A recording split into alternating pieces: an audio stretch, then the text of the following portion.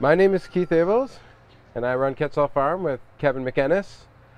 Kevin started the farm in 1999, and I've been farming with him since I started doing a little bit of work here in 2004 and then really became a partner in 2005. We focus on dry farm tomatoes, chilies, and peppers. We do a lot of lemon cucumbers and more kinds of cucumbers all the time.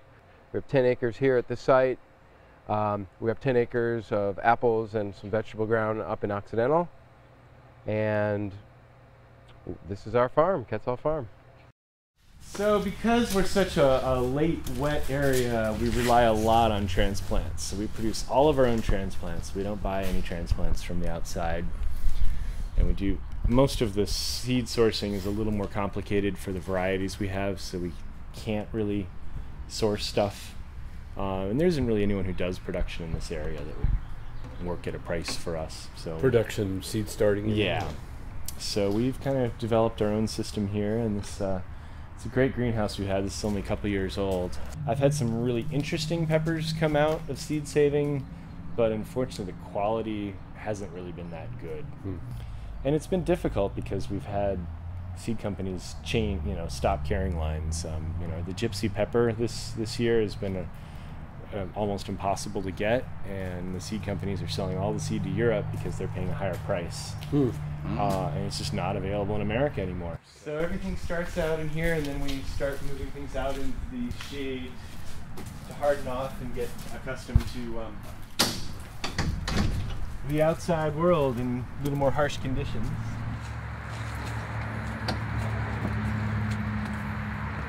And in years like this year and a couple years ago, frost is always an issue here.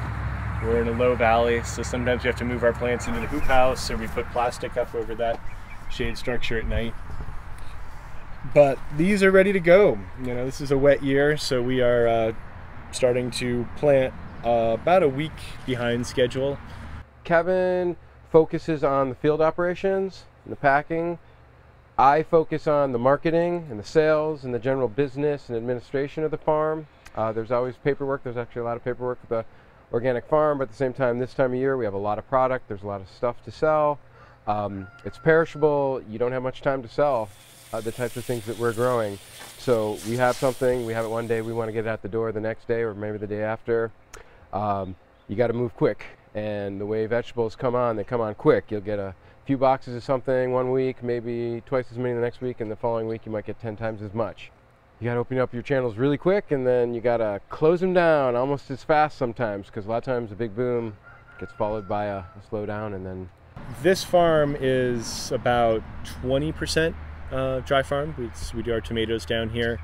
The orchard that we have up on Friday Lane and near Occidental, that's 7 acres of dry farmed apples, and we do about an acre of dry farmed tomatoes up there also. Just the limited resources we have make dry farming practical.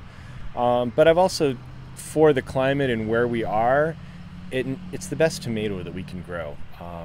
We've trialed a bunch of heirlooms and interesting varieties of tomatoes, but the reality is the dry farmed early grow is the best in this cool coastal climate.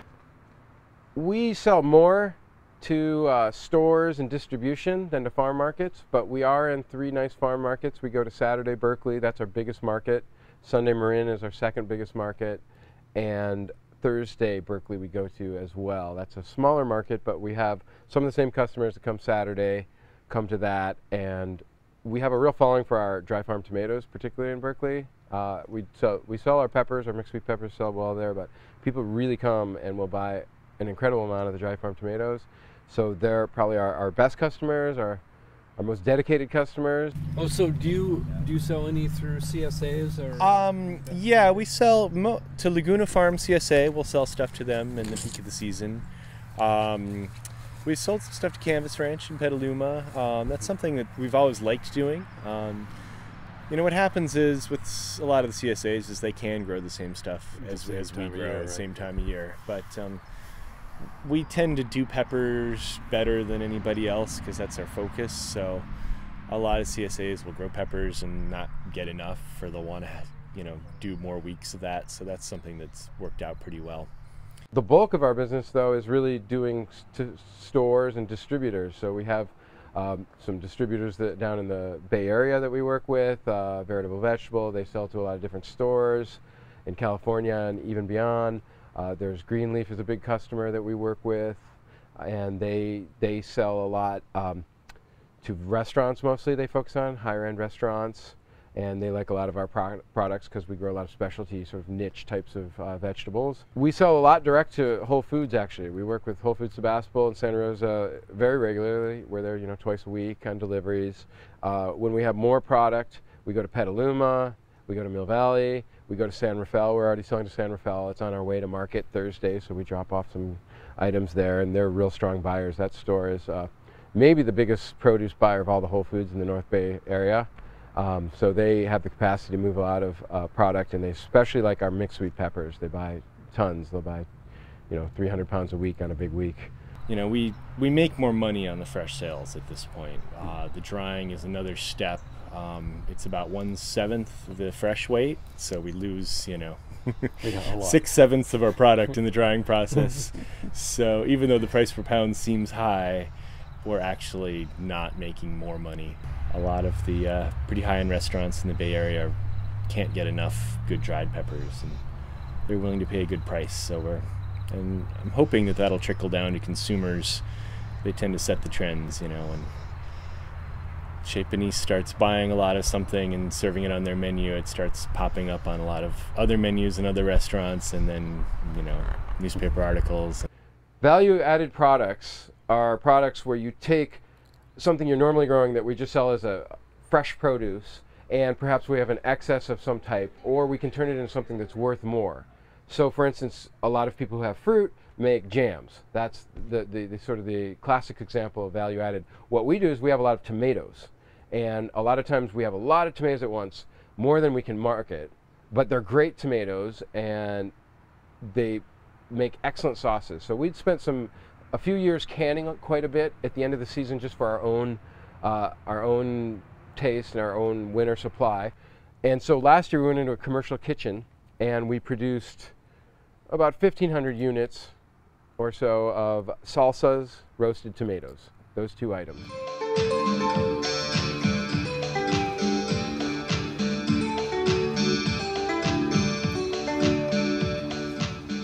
In the winter I'm doing marketing and a lot of administrative work, and we're propagating here. And we're also starting to look for employees or secure the ones we've had in the past, and that takes up some time. But in the winter you get a little more time to relax, and some of the days are slow, and when it rains really hard, there's only, sometimes you can't do much here. I can go visit a buyer, but I can't work at the farm. In the spring it starts to pick up. There's a couple more people around. I'm doing more marketing. It's a good time to start checking in with people as it's coming closer. Basically, we want to be, come August 1st, we want to be ready to go. We don't want to be doing any more research or setting anything else up. We just want to run the program. And so we find that March, April, May, you really want to be setting your foundation so that it's, when you're ready to roll, you're rolling and you're not still setting up things that enable you to sell. You want to just be able to hit the ground running. Spring, it picks up, then basil comes on, summer squash. Before too long, the cucumbers, and then by June, July, you're getting quite busy. You're starting your farmers markets up. You're starting your first store accounts. By now, you're adding, like, the distributors are on board. You're going to more store accounts. We're going to a restaurant or two, and so this time of the year, it's all about sales and managing people, because there's a lot of people coming here to work, and you got to keep people busy. And so you got to manage your people, and that takes quite a bit of time. And then in September, end of August, September, early October, it's just crazy. It's just go, go, go. Sell in every direction you can. Try to keep the quality control good. Keep your workers focused, and just it's sort of a mad sprint for about 6 weeks. In October, we still have a lot of chilies coming. They will hang on there even if it gets cold and rainy. And so we're still doing a lot of farmers markets in the fall. It's a strong time for farmers markets. People still come out quite a bit. It's almost better than now in August, and we have some of our best stuff. And so in the fall, you're winding it down. You're starting to close some accounts down, but we're still going to a lot of the stores and distributors, and we're doing farmers markets. And then before you know it, it's Thanksgiving, and you do a big Thanksgiving market if you still have stuff. Sometimes the weather wipes you out before then, but usually we have something Thanksgiving, and then we cut out, and then in December we do a big market for Christmas, and then boom, we start all over again with crop planting in January, and right into the propagation, talk to the marketers, and off we go. The advice I always give young farmers, because you see a lot of farmers, and some of them are sometimes people in their late 30s or 40s, and they've maybe already had a career, or maybe they've made some money, and they're really interested in agriculture, and there's a little less pressure to succeed at that level. But most young farmers, or most new farmers, I find, are young, idealistic, 20-year-olds. And they're people that maybe they've gone to college, gotten introduced to some ideas, they're young, they're strong, they have a lot of physical energy, and they're attracted to the idea of farming. They've probably worked at a farm or two, but they haven't been in charge yet. So my advice to people is market hard and develop yourself as a business person just as much as a grower. And I think really most people can be good growers. What's hard is to be a good business person and have your business succeed. Kevin originally brought me into the mix and urged me to become involved because he'd overextended his capacity to move his product. He was a great farmer. I mean, he's even better now, but he suddenly found himself where he's harvesting all the stuff and it was sitting in here with nowhere to go, and he was too tired to, he had so much to do because he was running market and he was doing almost all the harvest and doing all the paperwork and business and the banking, and all of a sudden he's having to, call some people, and some who he'd never talked to before, and that's not really his forte, to be like hey, I'm so-and-so. It's a certain kind of personality that's willing to do sales and can succeed at it. So he brought me in because he needed someone to complement him at that level. And this time of the year, I'm working all the time. I think ultimately for a business to be successful, you have to really put a lot of time into getting your labor right, getting the right people to work at your farm, training them well. It's easy to tell somebody and think they know how to do it, but they don't. They need to be told again, and they need a lot of instruction, and people like instruction if they're not completely familiar with what they're doing. And then you have to put a lot of effort into marketing, and you got to keep up with your whole business. There's a lot of things it takes to run a business, and to be successful, growing is maybe, a third of what you need to do well. I think it's natural in farming to think, oh, it's farming and it's nature and it's beautiful and it's outdoors, and there's sort of a la-la perspective people have, or just a very romanticized perspective. And some of those things are true. I mean, there's times when maybe at the end of the day, the whole crew, we're relaxing and having a good time, and we're in a beautiful spot. We like to play ping pong, we have a good time, we have barbecue, and that's great. But the reality is most of the time, we're working hard.